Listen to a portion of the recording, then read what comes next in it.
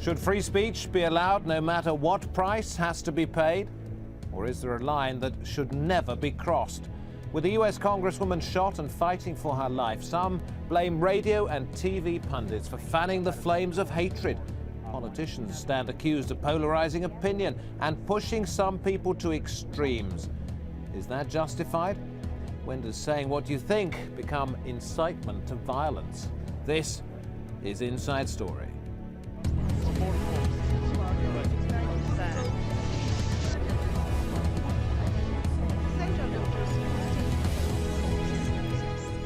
Hello and welcome to this programme. David Foster in the chair on this occasion. It has been described as the most important speech in his political career. In a memorial for those killed in Saturday's shooting spree in Tucson, Arizona, Barack Obama urged Americans to resist the temptation to assign blame and emerge from the tragedy a more thoughtful, civil nation.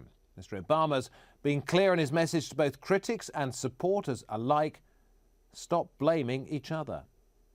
At a time when our discourse has become so sharply polarized, at a time when we are far too eager to lay the blame for all that ails the world at the feet of those who happen to think differently than we do,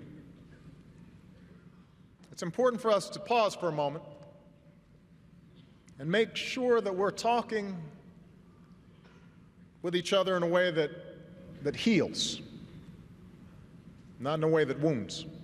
And yet before those words, Sarah Palin, flag bearer of an American right wing that believes it's increasingly disenfranchised, stood accused by some of laying the foundation for extreme acts of hatred. She had used on her website rifle-like crosshair symbols that marked Democratic districts, one of which was the constituency of the shot Congresswoman Gabrielle Giffords, her name highlighted. Well, the former Republican vice presidential candidate, Mrs. Palin, was on the defensive, firing back at those who cast blame aimed in her direction by using a phrase which many consider to be anti-Semitic. Especially within hours of a tragedy unfolding. Journalists and pundits should not manufacture a blood libel that serves only to incite the very hatred and violence that they purport to condemn. That is reprehensible. We know violence isn't the answer. When we take up our arms, we're talking about our vote. Yes, our debates are full of passion, but we settle our political differences respectfully at the ballot box. Full of passion, undoubtedly, but a little too heated for the US president. He asked the nation to think of the 9-year-old girl killed in Saturday's shooting. Enough of the extremism, he seemed to be saying, whether it be in words or in deeds. I want to live up to her expectations. I want our democracy to be as good as Christina imagined it. I want America to be as good as she imagined it. All of us, we should do everything we can do to make sure this country lives up to our children's expectations. Well, let's talk about this in more detail. Joining us from Washington, D.C., Andrew Langer, president of the Institute for Liberty, a Tea Party activist. Thanks for having me on. And in Boston, Democratic strategist Brad Bannon. And in Cairo, Kevin Keenan, a professor of journalism and mass communication at the American University in Egypt's capital city. Thank you very much indeed, all three of you, for being on. If I could go to you, Andrew Langer, first of all, because Sarah Palin has attracted a lot of the headlines in this. I know a lot of you think it's unfortunate, but has a line been crossed? Has a line been crossed as far as rhetoric coming from the right, or has a line been crossed generally? Generally, I think, yeah, generally. I don't want to make this about right and left. I want to make this about how far can you go. But I think the line was certainly crossed over the weekend as you know, the right certainly tried to step back from the heated rhetoric, talk about healing, and immediately upon this act happening, folks were doing exactly what the president said in his speech that he didn't want them to do. They were assigning blame. They were blaming Sarah Palin and Glenn Beck. You had a massive explosion on Twitter, an outpouring of hate towards the right, folks talking about shooting Sarah Palin. I mean, these are all these things that the left sort of claims. I don't want this to be about right and left. I don't think that's the important point here. But you're quite right. There was a terrible collection of angry tweets against Sarah Palin saying, I hope she gets cancer. I think she should be assassinated. Fair enough. But Glenn Beck, the man you mentioned, who has a radio show across the states, who's on Fox News with his TV show, said not a long time ago, if you must shoot, shoot to kill. You can't talk about right and left. You can talk about extremes. But the point is that it's all what we do know from this tragic event, this senseless attack in Tucson, is that it had nothing to do with political rhetoric, as you said, on either the right or the left. This man wasn't someone who was engaged in the political discourse of the day. He was neither a Tea Partier nor someone out of the progressive left, but a paranoid schizophrenic who had his own sort of milieu and things going on in his mind. The fact is that words do get strident, and American civility, and especially discourse in politics, has always been a rough, bare-knuckled sport. This is going back to the early parts of this republic. And so you can't actually say that the rhetoric has gotten any worse or that civility has declined. It really hasn't. But it does take, if folks want to step back, events like this, singular moments in American history where people can step back and ratchet down the rhetoric, which is as they should do. But here you are blaming the right for being antagonistic to the left. I'm sorry, the left for being antagonistic to the right. I'm going to come back to you about that, but I'd like to go to Brad Bannon first of all to explore the idea of the anger that seems to be below the surface. We heard from Clarence Dupnick, he was the sheriff in the area where the shootings took place, who said, it's the vitriolic rhetoric we hear day in and day out, how people respond to that vitriol. They talk about tearing down the government, the anger, the hatred, the bigotry. It is getting outrageous. Is it both sides? Is it just individuals, or is it being encouraged? Well, I agree with the sheriff. I think bigotry, hostility is getting completely out of hand. I don't blame, I'm a Democratic strategist, but I don't blame Republicans because I think the rhetoric is overheated on both sides. And I prefer to do what the president suggested the other night and look forward and try to figure out how we can tone down the rhetoric and be kinder and gentler to each other, to quote a former Republican president. I agree with Andrew. I think this problem is it's just not a political problem. It's a reflection of a larger social problem. We live in the United States in a very violent society. Video games, TV shows, movies, music videos, they're all incredibly violent. And I think this is a reflection of a larger social problem, not just political, that we have to figure out how to deal with. And I think the president took a great step forward in his speech the other night, saying we have to look at the way we live and try to be kinder and gentler to each other. I'm going to go over to Cairo in just a second. That's after I'm going to read something from the Fox News president, Roger Ailes. Fox News, of course, an extreme right-wing TV network in the United States. Now, Mr. Ailes, Glenn Becker and Sarah Palin both being on his program, Mr. Ailes ordered his network to cool the American debate. And this is what he said to his contributors: shut up, tone it down, make your argument intellectually. You don't have to do it with bombast. I hope the other side does that. Professor Keenan in Cairo, it's not necessarily the individuals themselves who are going out there shouting about these things and being heard. It's the networks that are making the broadcasts. People like Fox News and others as well, not just from the right wing but from the left wing as well, are giving these people a platform. Are they justified in doing so? I'm not sure that that it is the networks. I mean, the first thing that I heard said today was that there were folks tweeting. That is not the traditional media that we think of. That is not the media stirring up any hysteria, if you think about it. That's new media. That is folks using new media. Now, Fox is, as you described, have they gone over a line?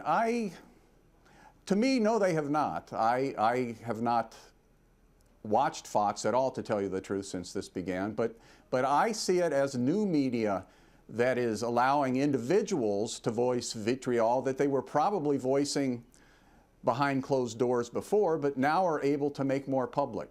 But are these TV stations, these radio shows, are they legitimate news organizations, or are they simply out there for rabble-rousing these days?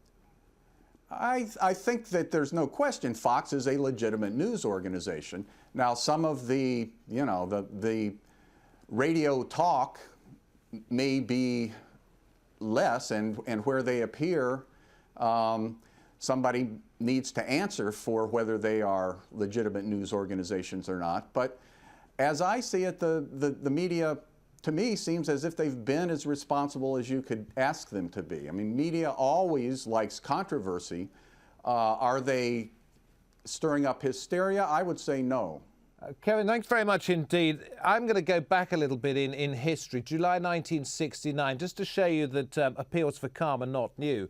That was when the US President Richard Nixon, at his first inauguration, called on the nation to tone down the rhetoric. Put it into context, we'd seen the shooting of Robert Kennedy in '68, Martin Luther King following that. And President Nixon then said he thought people were being carried away in political debates. To lower our voices would be a simple thing.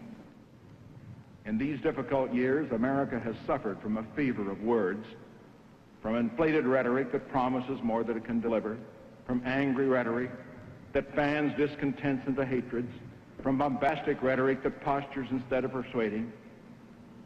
We cannot learn from one another until we stop shouting at one another, until we speak quietly enough so that our words can be heard, as well as our voices. And that was more than 40 years ago. Andrew Langer in Washington, D.C., not very far. In fact, we can see it behind you from where President Nixon made that inaugural address. Why have the words been lost in the volume? Well, I think that it's not that they've been lost in the volume. It's just that, you're talking about, as was said earlier, a very rough and tumble style of politics that has always existed. I mean, President Nixon said this. I think Mick Jagger and Keith Richards said it best. I shouted out who killed the Kennedys when, after all, it was you and me. I mean, these are these sorts of themes in the end where it is about individuals and not necessarily about the news outlets that surround them. It's funny because you sort of look back and you look at the rhetoric of the late 1960s. You had mass social movements, folks very, very angry about a government that had gotten out of their control. You had some violent activity, more so than I think than has existed in the Tea Party movement. Squeaky Fromme comes out and shoots at President Ford. Is that the fault of Jerry Rubin and the Weather Underground or the Yippies or whomever? No, but we're talking about the line that can or cannot be crossed when free speech becomes incitement. And you bring up the Tea Party. I wasn't sure I was going to do it again, but let me go back to Sharon Angle competing against Harry Reid in the Colorado midterm elections. She said there are domestic enemies, her words, and Second Amendment remedies might have to be used. Now, Second Amendment refers to gun laws, so she clearly there is saying somebody needs to get out a gun and shoot somebody. No, she's saying that the Americans have the right always in the end to defend themselves against tyranny. I just want to point out that in the 2 years of the context of 21st century politics, in the context of 21st century politics, what kind of tyranny would she be using a gun against? I can't answer for Sharon Angle. All I can say is that in the 2 years that we've had the Tea Party movement engaging in mass demonstrations and mass rallies across the country, it has been nearly violence-free. I think 1 or 2 isolated incidents of violence. Whereas if you look at other mass movements of other organizations, you're talking about folks who rioted in Seattle, who've rioted in, at various G20 summits around the world. But with all due respect, that isn't what we're talking about. We're talking about what American politicians, TV hosts are saying at the moment. We're not talking about what's happening in Seattle some time ago. Brad Bannon, I saw you nodding your head. I'm going to ask you to be quiet for the moment, Andrew. Let's bring in Brad Bannon. Sure. Well, first of all, as I said before, I think there's plenty of blame along both parties. But, you brought up the Sharon Angle thing. I don't think she was saying, well, if we don't get our way at the ballot box, we're going to have to grab our guns and, storm the Capitol. I think that kind of rhetoric is irresponsible. I also think Sarah Palin's motto on her famous website, "Don't retreat, reload," is also irresponsible. And I think we could all step back and tone down the rhetoric. You know, let me tell you a story. I've been a political strategist for a long time. And a few years ago, I was briefing one of my clients, and I'm fond of using military metaphors. And I was using military metaphors to talk about campaign strategy. One of the young staffers in the room interrupted me and said, "Brad, shouldn't political campaigns be about bringing people together instead of killing them?" And I dismissed her with a sort of snarky joke, but she was right. I think we should try to be reaching for our better angels and talking about bringing people together than killing them. What did Sarah Palin mean by putting up those crosshairs? What did she mean by putting up those crosshairs? Was it legitimate political targeting, as people are suggesting, or was she saying that there is a violent side to this? I just think her use of those kind of metaphors goes over the line and is unfortunate. There are a lot better ways of saying we need to defeat Gabrielle Giffords than putting a rifle crosshairs over her congressional district.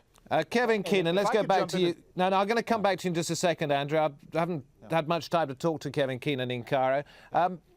When you look at the media in the United States, do you think it's become much more polarized in the last few years? I'm sorry, did you say polarized? Polarized, yes. Yeah, in the last several years, of course it has.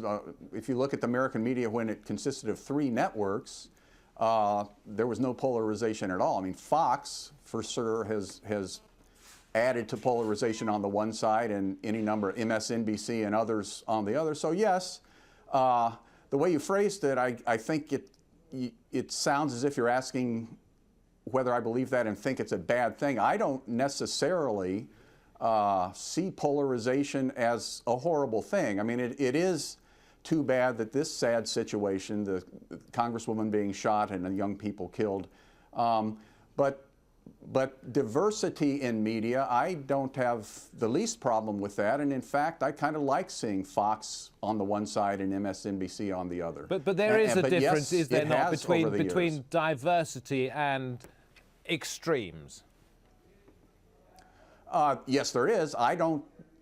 To me, Fox does not seem as extreme as some of the tweeting that really is vitriol and that really is on both sides in poor taste. And on the matter of taste, I agree with the earlier gentleman who said that Sarah Palin really ought to perhaps rethink the use of those scope crosshairs. I mean, and I'm sure given the opportunity, she would take that back. I'm going to come back to you before we end the program to ask you about your predictions for the next year and a half when it comes to yet another presidential race, which will be kicking off pretty soon. But Andrew Langer in Washington, D.C., there was a point you wanted to make.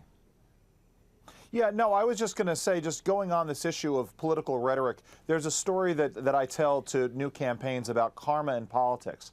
And it's the issue of years ago during the Paul Wellstone race, an organization sent out a mailing on the death tax, the inheritance tax issue. And on it, it had the backside of it was a tombstone that said R.I.P.